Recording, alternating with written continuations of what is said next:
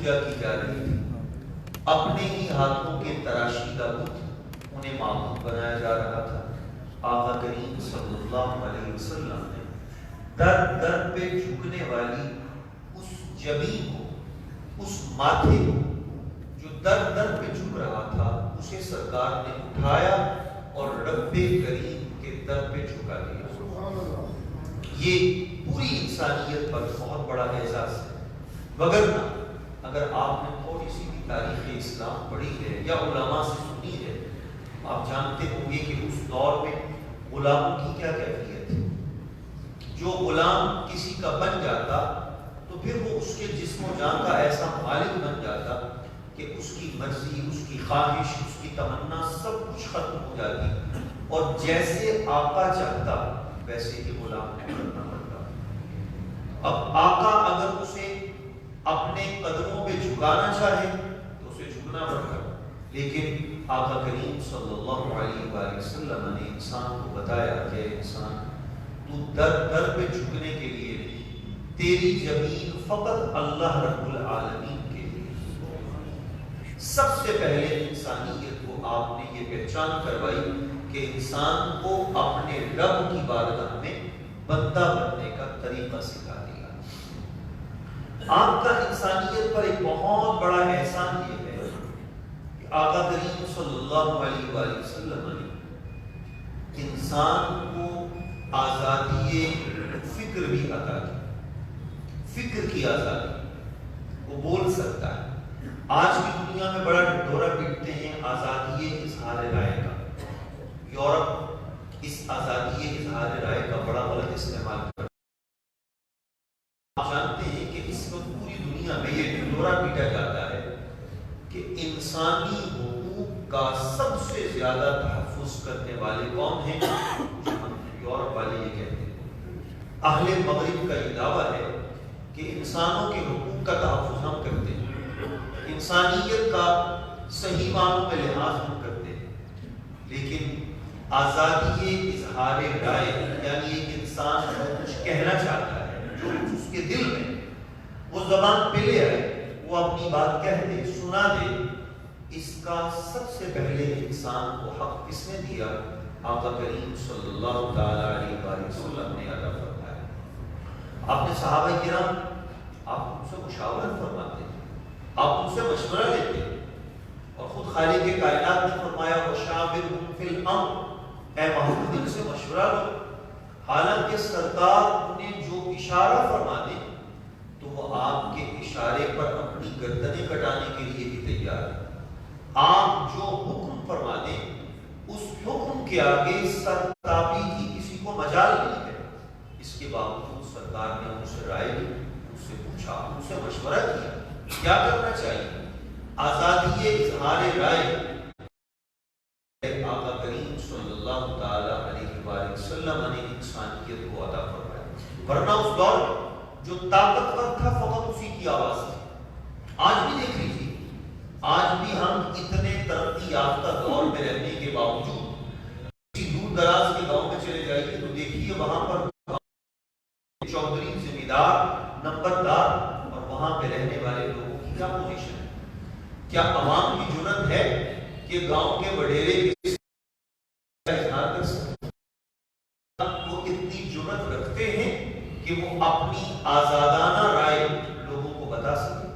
ان کی آوازیں دبا دی جاتی ہیں، ان کو ہر طرح سے پامال کرنے کی کوشش کی جاتی ہے، لیکن کریم آقا صلی اللہ علیہ وآلہ وسلم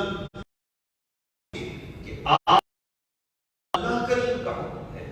اور جو چاہے آپ حکم ارشاد فرما سکتے ہیں، پر اس کے باوجود آپ نے اپنے غلاموں کو اظہار رائے کی آزادی عطا فرمائی ہے۔ انسانیت پر آپ کا ایک اور احسان عظیم یہ ہے کہ آپ نے دروازے سب پر کھول دیے۔ علم کے لیے کوئی پابندی نہیں۔ آپ تاریخ اٹھا کر دیکھیں، آپ کو تاریخ میں یہ ملے گا کہ علم کی کتابیں جو پچھلی قومیں تھیں وہ ان کے مخصوص لوگ ہی اپنی کتابیں پڑھتے تھے۔ تورات ہے، زبور ہے، انجیل ہے، ان کتابوں کو پڑھنے والے مخصوص لوگ ہوتے تھے، اور ان کی عوام اور ان کی رعایا ناس جو ہیں وہ محتاج ہوتے تھے پوری طرح کہ جو ان کے بڑوں نے ان کو مطلب بتا دیا بس اس کو انہوں نے سمجھ لیا، اس کے علاوہ علم ان کے لیے جائز نہ تھا کہ وہ علم حاصل کرتے یا تحقیق اور تفتیش کے راستے پہ آگے چلتے، کچھ ترقی کرتے، یہ انہیں اجازت نہ تھی۔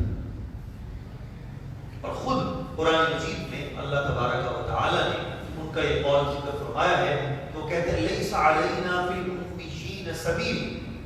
ان ان پڑھوں کے بارے میں ہم پر کوئی معاوضہ نہیں، ہم جو چاہیں کریں جیسے چاہیں کریں، ہمیں کوئی پوچھنے والا نہیں۔ اور ہمارے پڑوس میں یہ جو ہندوستان ہے یہاں کے لوگوں کا عالم کیا تھا کہ اگر ان کی مذہبی کتاب جس کو یہ وید کہتے ہیں اگر یہ کوئی عام انسان سن لیتا تو ہمیں پگھلا ہوا سیسا ڈال دیا جاتا کہ تم نے ہماری مذہبی کتاب کیوں سنی ہے، تجھے یہ حق ہی نہیں ہے۔ تو علم کے حاصل کرنے کے لیے یہ دروازے مخصوص لوگوں پر کھلے تھے، مخصوص لوگ ہی علم حاصل کر سکتے تھے، اور پھر وہی لوگ مسند پہ برا جمع ہو کر جیسے چاہتے لوگوں کو ویسے ہی تبلیغ کرتے۔ لیکن کریم آقا صلی اللہ علیہ وآلہ وسلم نے علم کے دروازے سب کے لیے کھول دیے۔ آپ کی مجلس علم جہاں ابو بکر و عمر بیٹھے ہیں، عثمان و علی بیٹھے ہیں رضوان اللہ علیہم اجمعین، اور بڑے بڑے جلیل القدر صحابہ بیٹھے ہیں،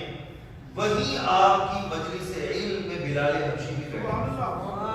عمار بن یاسر بھی بیٹھے، سالم مولا ابی حذیفہ بھی بیٹھے۔ یہ وہ ہستیاں ہیں جو چند سال پہلے مکہ شریف کے اندر بظاہر غلام تھے، غلام کی کوئی حیثیت نہیں ہوتی، لیکن سرکار نے ان غلاموں کو سینے سے لگایا، زمین کی پستی سے اٹھایا اور اوج سورج پہ پہنچا دیا۔ غلاموں کو یہ شان شوکت عطا کی کہ آج انہی غلاموں کی روایت کردہ حدیثیں امت کے بڑے بڑے علماء پڑھتے ہیں، بڑے بڑے مفتی پڑھتے ہیں، بڑے بڑے شیوخ الحدیث کو حدیثیں پڑھتے ہیں۔ پوری کائنات میں جہاں جہاں رسول اللہ صلی اللہ علیہ وسلم کے فرامین پہنچائے جاتے ہیں، سب سے زیادہ آپ نے علماء سے سنا ہوگا، سب سے زیادہ حدیثیں جس نے روایت کی سیدنا ابو ہریرہ رضی اللہ عنہ، اور حضرت ابو ہریرہ خود اپنی حالت بیان کرتے ہیں، فرماتے ہیں کہ مجھ پر ایسی کیفیت بھی طاری کہ میں مسجد نبوی شریف کے دروازے پہ گر گیا، میرے منہ سے جھاگ نکل رہی تھی، اور لوگ یہ سمجھتے تھے کہ شاید مجھ پر کسی بیماری کا دورہ پڑا ہے۔ آپ فرماتے ہیں واللہ ما بی الا الجوع، اللہ کی قسم مجھے کوئی بیماری نہیں تھی، کوئی تکلیف نہیں تھی، صرف بھوک اور فقر کی وجہ سے میری بیماری۔ تو بھوک کی شدت کی وجہ سے ابو ہریرہ مسجد نبوی کے دروازے پہ گر پڑتے ہیں، غش کھا کر گر جاتے ہیں، غش کھا کے گر جاتے ہیں، اور رسول اللہ کا دامن نہیں چھوڑتے۔ پھر سرکار سے علم حاصل کیا، اور آج پوری دنیا میں ابو ہریرہ کا نام گونج رہا ہے۔ تو سرکار نے یہ تفریق نہیں فرمائی کہ امیر صحابہ کو پاس بٹھایا ہو، غریبوں کو فرمایا ہو وہ پیچھے بیٹھ جائیں، یا امیروں کے لیے الگ سے پیریڈ ہو، غریبوں کے لیے الگ سے پیریڈ ہو۔ یہ تفریق آج اگر کوئی علم حاصل کرنا چاہتا ہے اس دور میں دیکھ لیجیے، امیر تو اپنے بچے کو کسی مہنگے ترین ادارے میں پڑھا سکتا ہے، لیکن غریب تو بیچارہ خواب ہی دیکھ سکتا ہے۔ کیا کوئی غریب یہ تصور کر سکتا ہے ماہانہ فیس الگ ہے، اس کے علاوہ جو تعلیمی اخراجات ہیں وہ اپنے بچوں کی تعلیم کے لیے برداشت کرنا یہ کس کے بس میں ہے؟ آج ہر کوئی اسے برداشت نہیں کر سکتا، لیکن کریم آقا صلی اللہ علیہ وسلم نے علم کے دروازے سب پر کھول دیے۔ خیرکم من تعلم القرآن وعلم، فرمایا تم میں سے بہترین انسان وہ ہے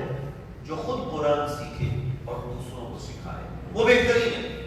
امیر ہے، غریب ہے، اعلیٰ ہے، ادنا ہے، حاکم ہے، محکوم ہے، دولت مند ہے یا فقیر ہے، شہنشاہ ہے یا ایک گدا ہے، کیسا بھی انسان ہے جو قرآن کا نور سینے میں بھر لیتا ہے، قرآن کی تعلیم آگے عام کرتا ہے، میرے آقا فرماتے ہیں وہ تم میں سے بہترین انسان ہے۔ آج ہم جب دیکھتے ہیں نا تو یورپ کی یونیورسٹیز میں یا دیگر ممالک میں ہمیں جو ایک ایجوکیشن سسٹم میں برابری نظر آتی ہے، امیر کا بچہ بھی پڑھ رہا ہے، غریب بھی پڑھ رہا ہے، تو یہ مساوات آج ہمیں 14 صدیاں بعد نظر آتی ہے۔ لیکن آپ مسجد نبوی شریف میں سرکار کے حجرہ مبارک کے پیچھے جو اصحاب صفہ کا چبوترا ہے، جہاں 70 صحابہ کرام حضور کی بارگاہ میں بیٹھ کر دین حاصل کیا کرتے تھے، آج کی مثال تو بہت بعد کی ہے۔ نبوی شریف کا اصحاب صفہ کا چبوترا دیکھیں تو آپ کو پتہ چلے گا کہ امیر ہو یا غریب ہو، وہ بہت رئیس ہے یا معاشرے کا ایک بظاہر معمولی سا شخص ہے، سرکار نے علم کے دروازے سب کے لیے کھول دیے ہیں۔ اس چبوترا صفے پر بڑے بڑے صحابہ بیٹھے ہیں اور انہی میں یہ غریب صحابہ بھی بیٹھے ہیں۔ اور مجھے ایک بات بڑی پیاری یاد آ گئی، قرآن مجید نے اس کا بھی ذکر کیا ہے، وہ میں آپ کو بتانا چاہوں۔ ایک مرتبہ ایسا ہوا کہ کفار مکہ نے، مکہ میں رہنے والے کافروں نے یہ تجویز دی کہ ہم آپ کی تبلیغ اور پیغام ضرور سنیں گے، پر ایک شرط ہے، جس وقت آپ ہمیں درس دیں، جس وقت ہمیں سبق، اس وقت آپ کے پاس یہ بلال، یہ عمار اور یہ صحابہ یہ نہ بیٹھے، ہمارے لیے الگ سے پیریڈ ہو، الگ سے ٹائم ہو، اس وقت ہمیں تبلیغ کریں، اس وقت صرف ہم ہی بیٹھے، وڈیرے، رئیس، اور یہ جو ہے اس وقت یہ اس درس میں شامل ہے۔ آقا کریم صلی اللہ تعالی علیہ وآلہ وسلم، آپ کو بہت شوق تھا اس چیز کا کہ یہ لوگ اسلام قبول کر لیں، آپ بہت خواہش کہ یہ اسلام قبول کریں، اپنی دنیا بھی سنوار لیں، اپنی آخرت بھی سنوار لیں۔ آپ اگر ان کی یہ فرمائش مان لیتے اور فرمائش مان کر غریبوں کے لیے الگ اور امیروں کے لیے الگ سے تبلیغ کا وقت نکال لیتے تو بظاہر کوئی فرق نہ ہوتا، کیونکہ یہ اپنی ذات کے لیے تو تھا ہی نہیں، یہ تو اللہ کے دین کے لیے تھا کہ چلو اگر اسی طریقے سے ابو جہل اور اس کی پارٹی ایمان قبول کر لے کہ انہیں الگ سے وقت دے دیا جائے تو بظاہر اس میں کوئی خرابی نظر نہیں آتی۔ لیکن خالق کائنات نے قرآن مجید کے اندر یہ حکم نازل فرمایا اور فرمایا کہ اے محبوب وَاصْبِرْ نَفْسَكَ مَعَ الَّذِينَ يَدْعُونَ رَبَّهُمْ بِالْغَدَاةِ وَالْعَشِيِّ، اے محبوب جو تمہارے غلام صبح و شام تمہارے در پہ پڑے رہتے ہیں اور رب کو پکارتے رہتے ہیں، اے محبوب جن غلاموں کا وظیفہ ہی تمہاری زیارت ہے، جو تمہیں دیکھ کر ہو جاتے ہیں، اے پیارے ان کا فرمائش کو پورا کرتے کرتے اپنے ان غلاموں کو اپنے در سے ہٹانا نہیں ہے۔ اگر یہ کافر ایمان لائیں یا نہ لائیں ہمیں ان کی پرواہ نہیں، ہمیں آپ کے زیادہ محبوب رب نے قرآن میں حکم نازل کیا، وَاصْبِرْ نَفْسَكَ، اے محبوب روک لیجیے اپنے آپ کو روک رکھیے انہی لوگوں غلاموں کے ساتھ، اپنے انہی عاشقوں کے ساتھ اپنے آپ کو روک رکھیے۔ یعنی ہمیں ابو جہل، ابو لہب، عتبہ، ولید، شیبہ، بڑے بڑے جو سردار ہیں ان کی ضرورت نہیں ہے، ہمیں تو بلال حبشی کا اخلاص چاہیے، عمار یاسر کا عشق چاہیے۔ یہ جو اے میرے محبوب یہ جو تمہارے محب ہیں، تمہارے عاشق ہیں، تمہارے در دولت پہ پڑے نہیں ہٹانا۔ اب ذرا اندازہ لگائیے جب یہ قرآن کی آیت نازل ہوئی ہوگی اور ان صحابہ کو یہ پتہ چلا کہ رب نے ہمارے بارے میں اپنے محبوب کو یہ فرمایا ہے کہ اے محبوب انہیں ہٹانا نہیں ہے، تو ان صحابہ کرام کی دل کی کیفیت کا عالم کیا ہوا ہوگا کہ قربان جائیں اس رب کریم کے جسے اپنے محبوب کے ان غلاموں سے اتنا پیار ہے کہ ایک طرف دولت مند ہیں، رئیس ہیں، نواب ہیں، مکے کے وڈیرے ہیں، لیکن قرآن مجید ان کا خیال نہیں کرتا،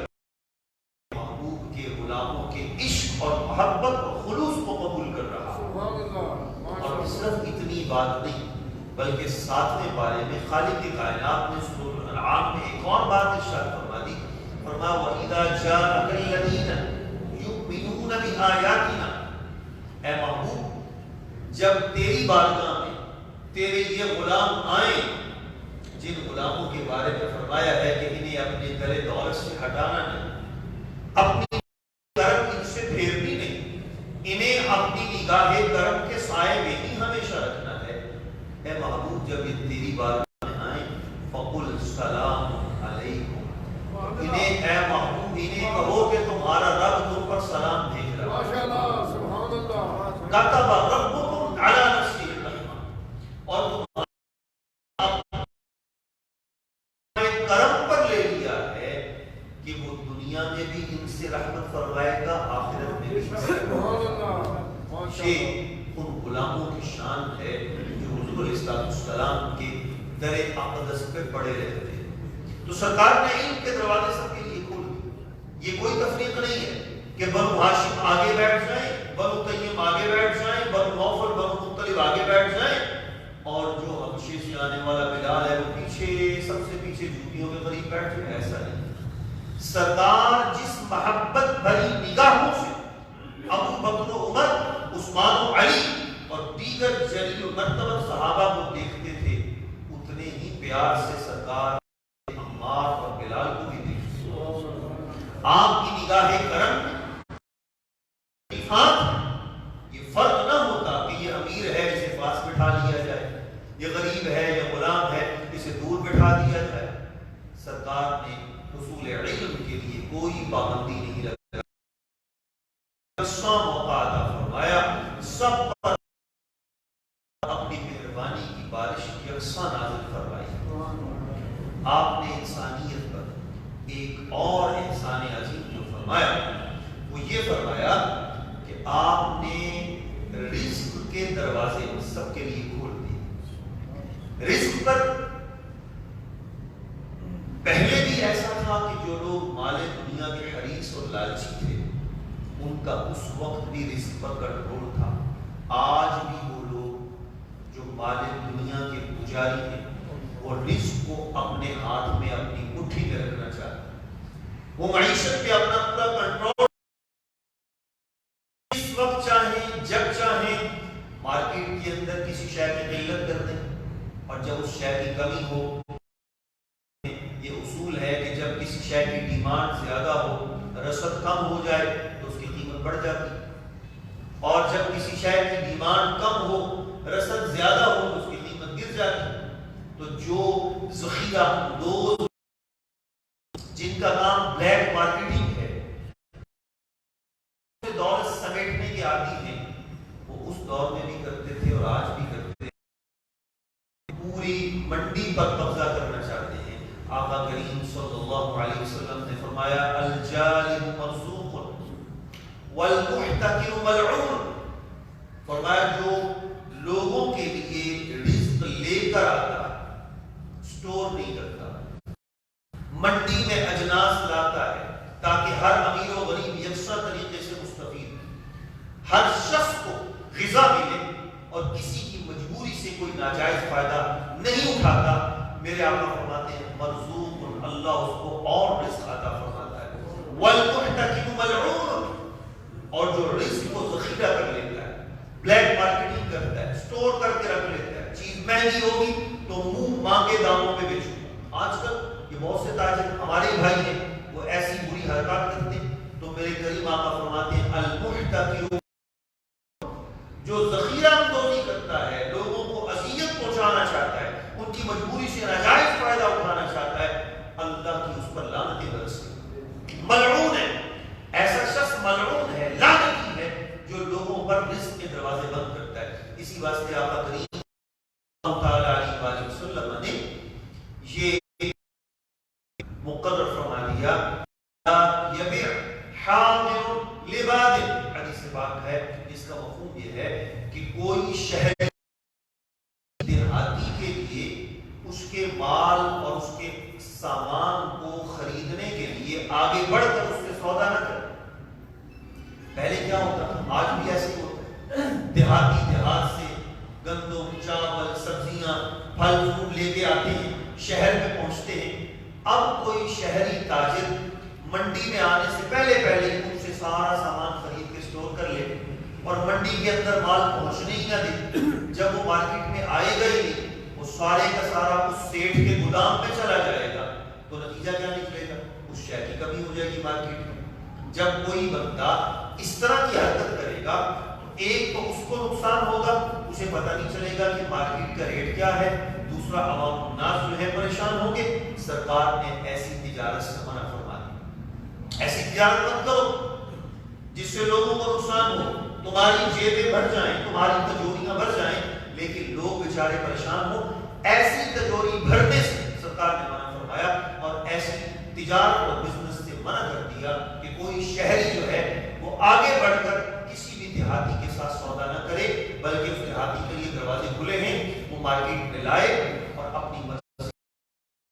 کرے تاکہ اجناس یکساں طریقے سے عوام تک پہنچے اور کوئی بھی مسلمان کسی کا پریشان ہو کر دست دیگر نہ ہو، محتاج نہ ہو۔ کریم آقا صلی اللہ علیہ وسلم نے رزق کے دروازے سب کے لیے کھول دیے، اور کوئی بھی ایسا ناجائز طریقہ جو اس دور میں تھا،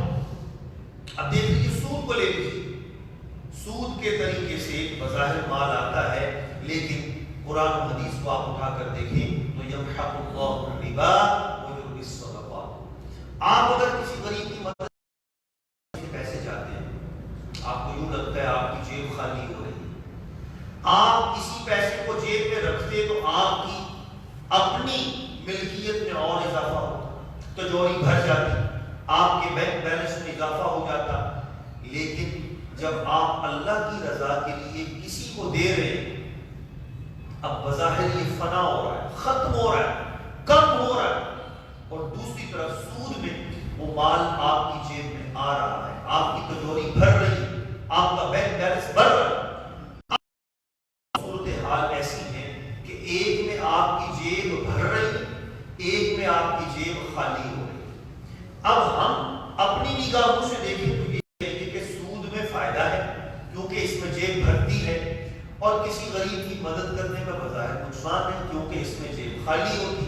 لیکن خالق کائنات فرماتا ہے یمحق اللہ الربا ویربی الصدقات۔ اللہ فرماتا ہے سود کو مٹا دیتا ہے اور جو صدقے ہیں ان میں اللہ کریم اضافہ فرما دیتا ہے۔ سود سے مال بڑھتا نہیں ہے، مال کم ہوتا ہے، اور صدقے کی وجہ سے مال کم اس میں اضافہ فرما دیتا ہے۔ اس واسطے رزق کے دروازے جو ہیں وہ سب کے لیے کھولے جائیں اور کوئی ایسا نہ آیا جائے جس کی وجہ سے کوئی انسان کسی کا مجبور ہو اور پریشان ہو۔ اور ایک کرم آقا کریم صلی اللہ تعالی علیہ وآلہ وسلم کا ہے کہ سرکار نے کالے گورے، امیر غریب، اعلیٰ اور ادنا، ان کے درمیان جو ایک امتیاز تھا، ایک فرق تھا، اس کو سرکار نے ختم فرما دیا کہ کوئی اس وجہ سے کہ اس کا رنگ گورا ہے، اس وجہ سے کہ اس کا خاندان بڑا ہے، اس وجہ سے کہ اس کا قبیلہ، اس کا فیملی بیک گراؤنڈ بہت اچھا ہے، اس وجہ سے اسے عزت مل جائے، اور دوسرا بندہ غریب ہے، اس کا رنگ اتنا گورا نہیں ہے، اس کا خاندان اتنا بڑا نہیں ہے، وہ ذی حشمت نہیں ہے، ذی جاہ نہیں ہے، اس کے پاس کوئی منصب نہیں ہے، لہذا اسے پیچھے کر دیا جائے۔ سرکار نے ایسے نہیں فرمایا۔ عزت، فضیلت اور رتبے کا معیار فرمایا وہ کیا ہے؟ وہ تقویٰ ہے۔ ان اکرمکم عند اللہ اتقاکم، تم میں سے اللہ کے ہاں سب سے زیادہ معزز وہ ہے جو سب سے زیادہ متقی۔ یہ چند سال پہلے جب امریکہ کا صدر ایک کالا بنا، اوباما، تو لوگوں نے کہا دیکھو جی گورے کتنا وہاں پر مساوات ہے، سب گوروں کا جو صدر ہے وہ ایک کالے رنگ کا بن گیا، بڑی بات ہے جی، گوروں میں بڑا انصاف ہے، بڑی مساوات ہے، وہ بڑے انسانی حقوق کا خیال رکھتے ہیں، ان میں کالے گورے کا کوئی فرق نہیں۔ فرمائیے جو کچھ کیا، کالے رنگ گوروں کے اوپر صدر بنا کے بٹھایا، اور اس سے ہمارے منہ کھلے کے کھلے رہ گئے، اور کہنے والے کہنے لگے کہ بڑی بات ہے جی، کیا شان ہے، دیکھا نا یہ ہے اسلام کی تعلیمات، تو ذرا غور کیجئے میرے بھائیوں، ان کی مثالیں دینے سے پہلے آپ کو مکہ شریف کا وہ منظر کیوں نہیں نظر آتا کہ آج اگر ان گوروں کے اوپر ایک کالا صدر بنایا گیا اور اسے آپ ان کی تعریف میں اس کو استعمال کر رہے ہیں، تو آپ یہ کیوں نہیں دیکھتے کہ جب فتح مکہ ہوتا ہے، مکہ شریف فتح ہوتا ہے سن 8 ہجری میں، تو سارے سرکار کے غلام اور مکہ کے وڈیرے نیچے کھڑے ہیں اور کعبہ کی چھت پہ چڑھ کے بلال حبشی اذان دے رہے ہیں۔ یہ تو میرے آقا نے تفریق مٹا دی ہے کالے اور گورے کی۔ وہاں کس کو فضیلت ملنی ہے، کسے اعزاز ملنا ہے اور کسے یہ رتبہ اور شان ملنی ہے، یہ سرکار نے مبارک سے کر کے دکھا دیا ہے کہ بلال حبشی رضی اللہ تعالی عنہ، جن کا بظاہر کوئی فیملی بیک گراؤنڈ بھی نہیں ہے، بظاہر جن کے پاس کوئی مال و دولت بھی نہیں ہے، کسی علاقے کی حکومت اور ریاست بھی نہیں ہے، کرسی اور اقتدار بھی نہیں ہے، سرکار نے انہیں بھی کعبہ کی چھت پہ چڑھا کے دنیا کو بتا دیا جو رسول اللہ سے وفا کرے گا